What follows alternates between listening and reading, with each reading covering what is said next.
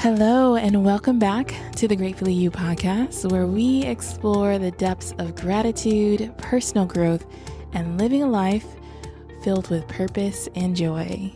I'm your host, Tausha Simon, and I am so happy you're here. Before we dive into today's episode, I want to take a moment to just express how grateful I am for you, the listeners. I have received so many messages over the last few months about how this podcast has really resonated with you. It's been this feedback that has really encouraged me to keep coming forward and sharing my journey. And I am just, I'm so grateful. And I just want to encourage you, if you're a new listener, feel free to share with me what your thoughts are. If there's a topic that you want me to touch on in upcoming episodes, I'm happy to do that. I just really love hearing from you. I want this to be a two-way street. So feel free to leave a note and or send me a message. But now let's get into the nitty-gritty of this episode. It's been a few weeks since our last conversation, and a lot has happened in that time. I did some traveling, which gave me a chance to really recharge and gain some new perspectives. But the most significant change has been accepting a new position in a new firm. I am so excited. Been really intentional about what my next career move was or is, even to the point where friends have said, Tosh, are you just being picky because you're too good to be in the marketplace for as long as you've been? And to be honest, yeah, of course I was being picky. I really had a desire to be in a place that is fluid, it's flowy, and there's ease, there's an element of, creativity, because I cannot get bored, and where my voice matters and where people want to hear my opinion and it's celebrated. And honestly, I can say it's only been a few weeks, but that's what I've been feeling since I've been here. And it's been really great. But as you might imagine, transitioning into new roles has brought on its own set of challenges. And this topic really resonates with me today because as I've been navigating this transition, I've noticed how underlying traumas of feeling unsafe in new situations have started to creep in. Even though this new job is everything I prayed for, everything I wrote down on my little manifestation worksheet, the newness and the unfamiliarity have triggered old feelings of insecurity and self-doubt. It's been a reminder of how even when abundance arrives, our past experiences can still influence how we perceive and embrace it. Isn't that crazy? When you think you're over a trauma, another layer will just come back and show you there's more work to do. Oh, man. But, giving yourself permission to receive abundance is like opening a door to a room filled with light. It's that first crucial step, which is allowing the possibility of abundance even into your life. But what happens when you step into that room? Do you bask in the light, fully absorbing its fullness, its warmth? Do you look around to see who else is in there with you? Or do you hesitate at the threshold, unsure if you should really even be there?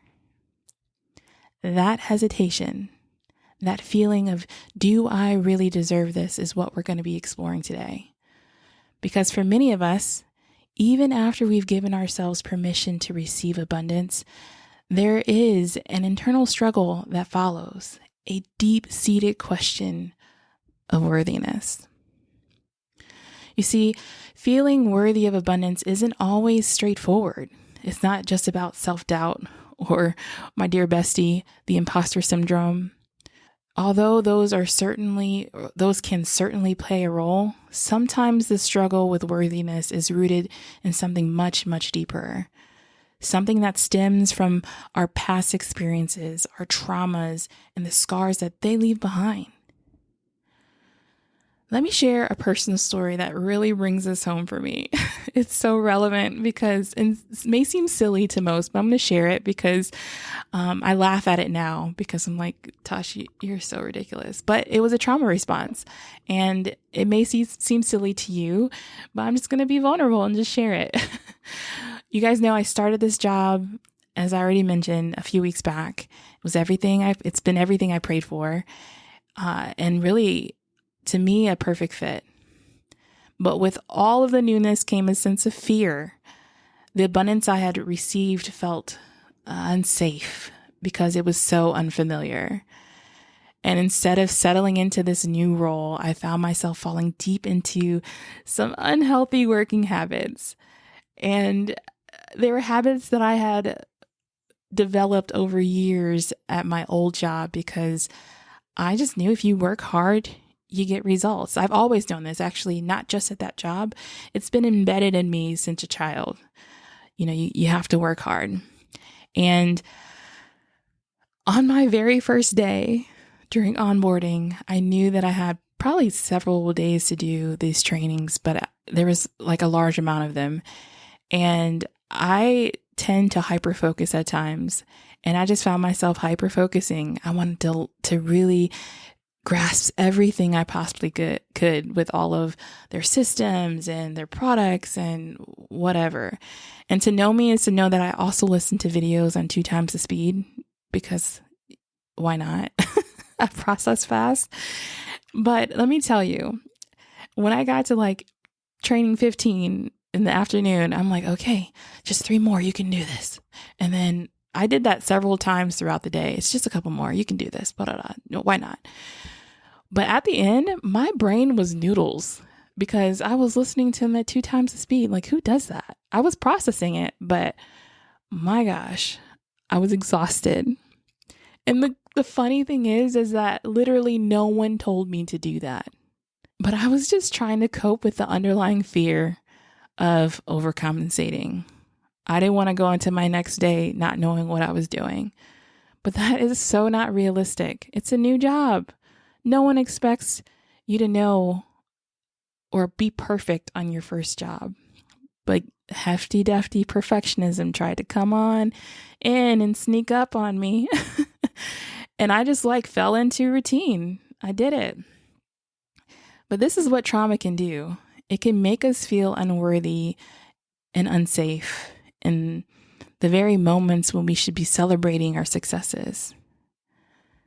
It's my first day. I should have been excited and celebrating instead of bogged down brain noodles at the end of my day. But trauma in all of its forms can significantly impact our ability to feel worthy of the good things in life. When I say trauma, I am referring to those experiences that have left those deep emotional, physical, or psychological fears or scars within us. Whether it's an event from childhood or a toxic relationship or maybe a devastating loss, trauma can warp our self-perception. It can make us feel so unworthy and so undeserving and even fearful of the very abundance that we've worked so hard to achieve. After this session, maybe the second week of on the job, I was looking back why the heck did I do that? 18 trainings in a day? That's insanity. And I had to kind of pull back the layers because I'm very introspective, because usually if it's a subconscious behavior, there's a reason behind it. And so with all the newness that came forward, I had to pause and think back, what is the root of this? It's time to do some inner healing. And I was reminded of what my experience was as a child. From probably 8 years old through high school, my parents were, they probably should have divorced when I was 8, to be honest. They're really toxic and were not emotionally present for me. But I saw a lot of violence in the home, not towards me, but towards each other, which can be devastating because there was a feeling of being unsafe, not knowing what to expect. And so what I found is that my ability to cope with that instability was to hyper focus on things that I could be really good at, whether it's sports, grades, or school, right? I wanted to focus on what I could control, and that was me. And as a result, I was an overachiever. I had excellent grades. I was in every sport you could think of. I was overcompensating to create safety for me.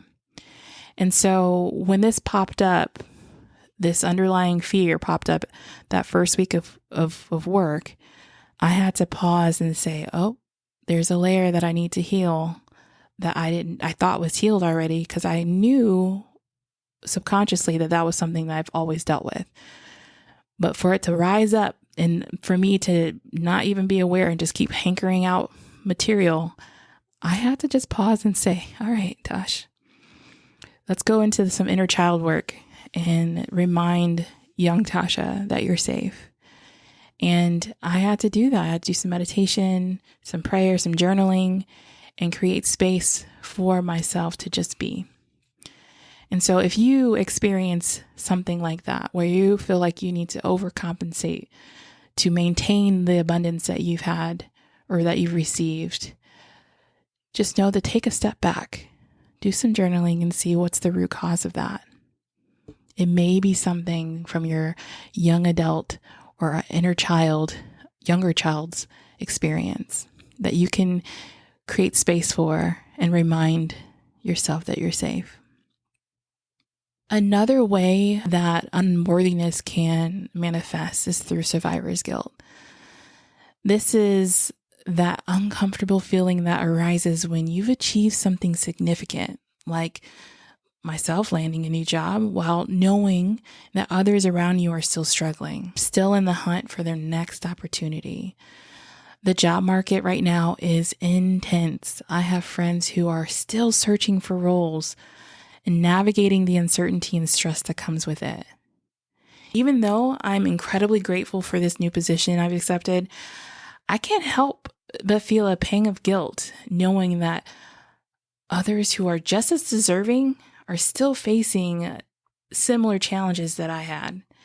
This feeling can make it difficult to embrace and celebrate your own success, because part of you is thinking, why did this happen for me and not for them? But here's the thing. Hiding your success or feeling guilty for it doesn't help anyone, least of all yourself. It's important to recognize that your abundance doesn't take away from others. The universe is abundant, and there's more than enough to go around.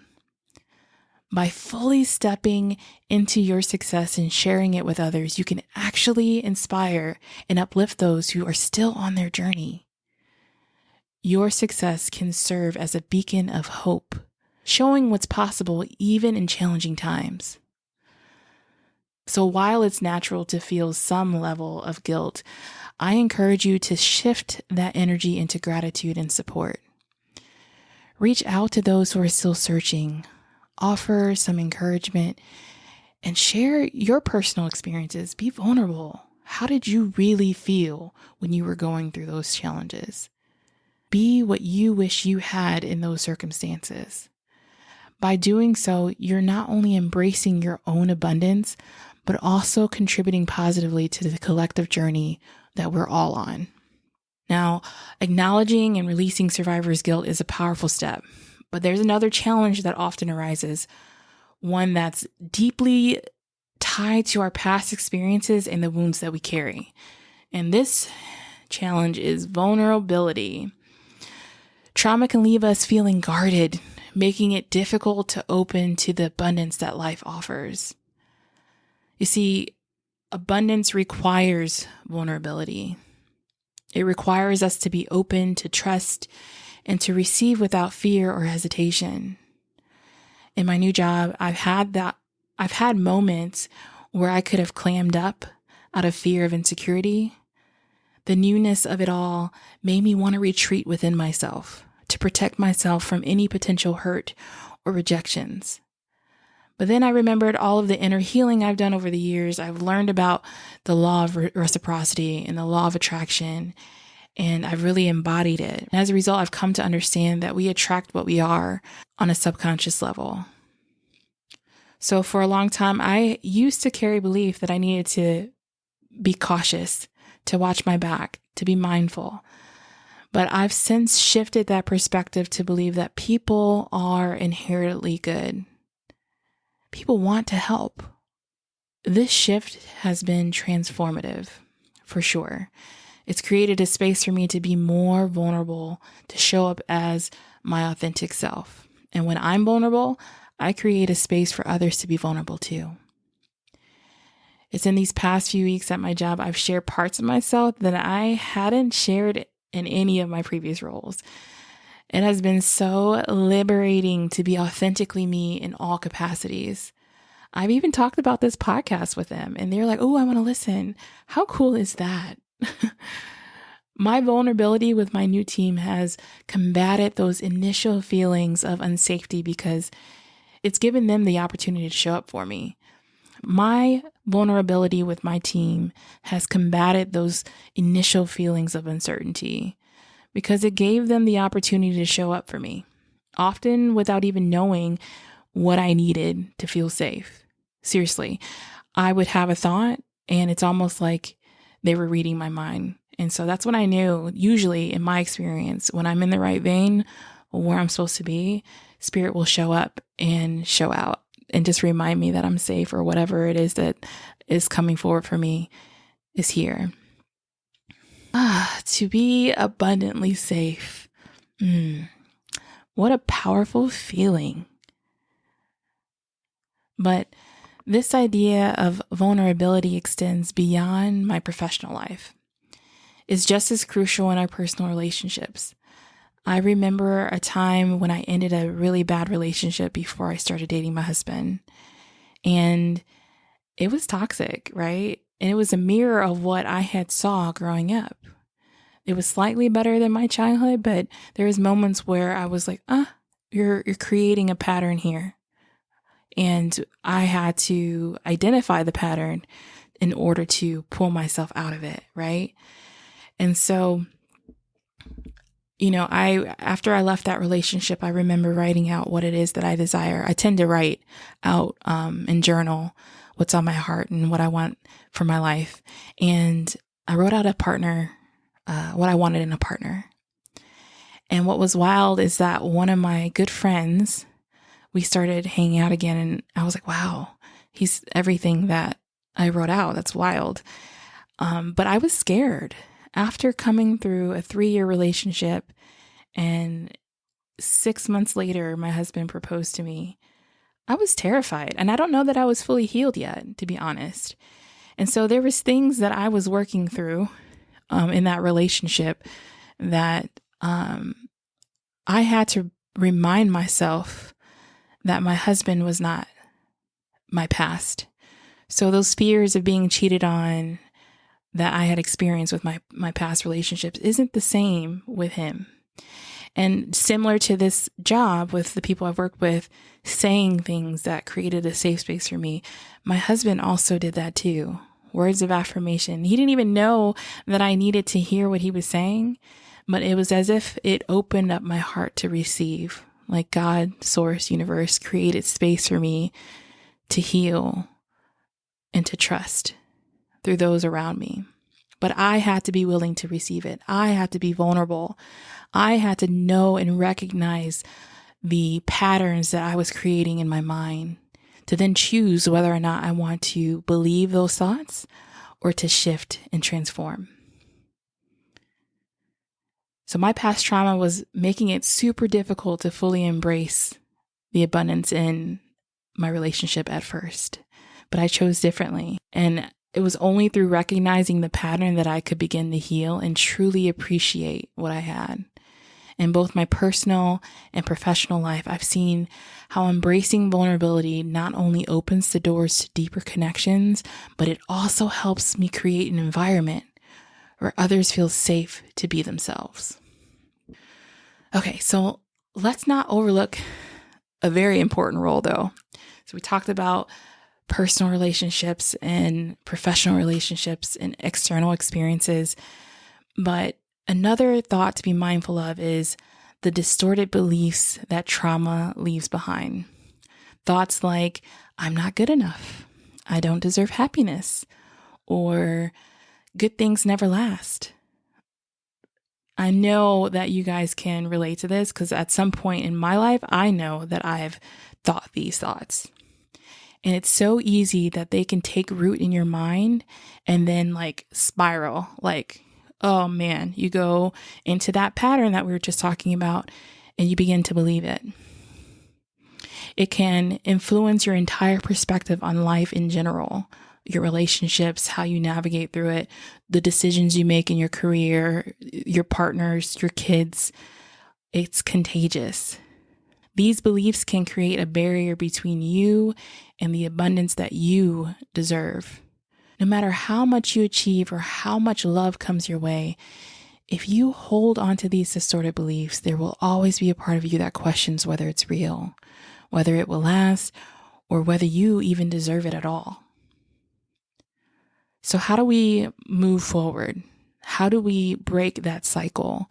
How do we heal from these deep wounds and reclaim our worthiness for the abundance? Well, the first step is recognizing that these feelings of unworthiness aren't the truth. They're the remnants of our past pain and the echoes of our trauma that no longer define you. Healing from trauma is possible. And with that healing comes the ability to fully embrace your worthiness. But it starts with self-compassion and grace. Give yourself permission to feel whatever it is you're feeling. But don't let those feelings define you. Don't have shame for the feeling. Don't be angry at yourself for feeling what you're feeling. Just feel it. The goal is to go to a state of neutrality. I found that has worked for me in all my experiences. I feel deeply. I understand that those emotions are real. But then I step aside and say, okay, let me watch my thoughts. What's the stream of consciousness that's going through my mind? Is this something that I want to latch onto? And is this a part of my identity? Do I believe this program to be true? Give yourself the permission to feel whatever it is you're feeling, but don't let those feelings define you. When doubt creeps in, gently remind yourself that you are worthy. You've earned the abundance life and it's safe to receive it. Surround yourself with reminders of your journey. Keep a journal of your successes, whether big or small. And really celebrate your wins and share them with those who support you. You know, these are some of the practices to help reinforce your belief in your worthiness. And they help rebuild the trust that trauma may have eroded. You know, one of my favorite experiences is where I have an awesome support system where sometimes I have a tendency to not know that I need help or need support. I tend to hermit at times.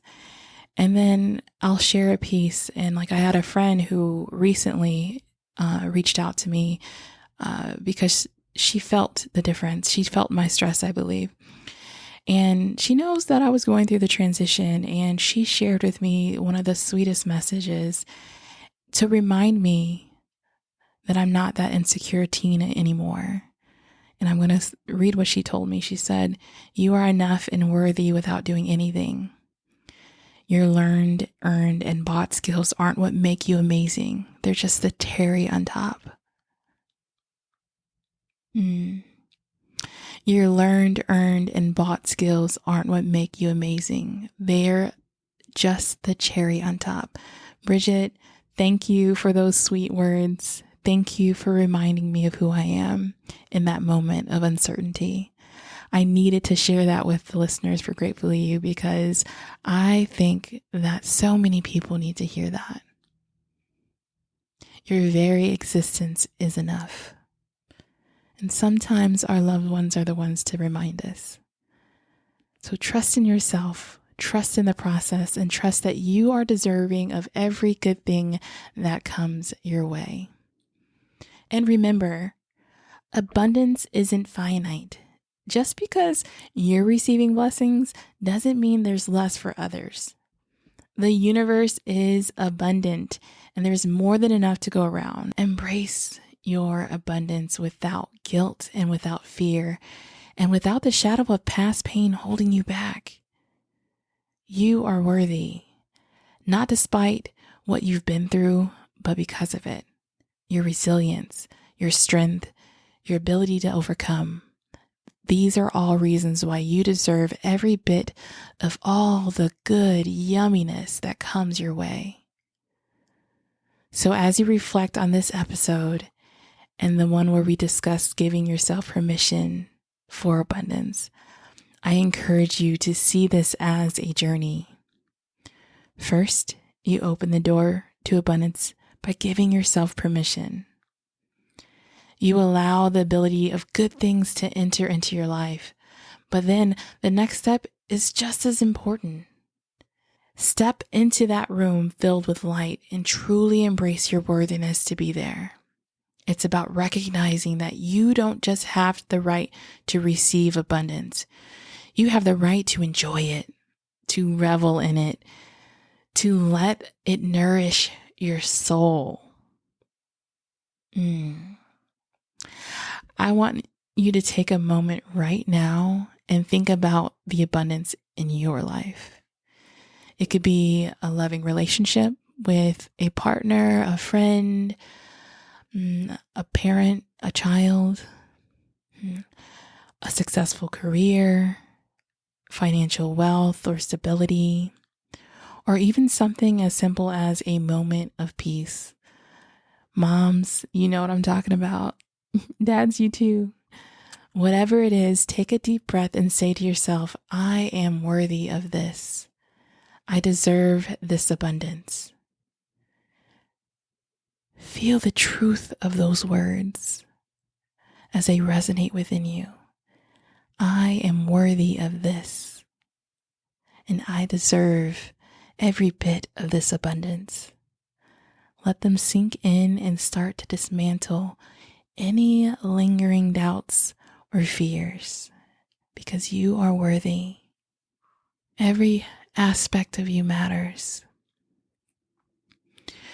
Your words matter. Your thoughts matter. Your actions matter. I want to thank you for stepping into your worthiness and embracing all of the abundance that you are. Thank you for being great. Thank you for being full. And most importantly, thank you for being you. Thank you for joining me today on Greatfully You. If this episode resonates with you, I encourage you to share it with someone that you think is great and that might need to hear this message. And as always, remember to choose your joy, embrace your worthiness, and live a life filled with gratitude. Until next time, stay blessed and stay grateful.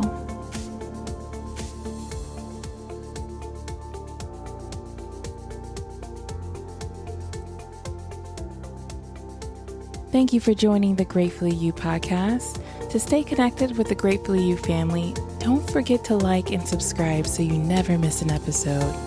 And even better, invite someone that you love and that you think is great to listen in with you. And if you ever need a reminder of how great you are, grab yourself or someone you love the Greatfully You memorabilia from our website at greatfullyu.com. Until next time, friends, lots of love your way. Be great and take care.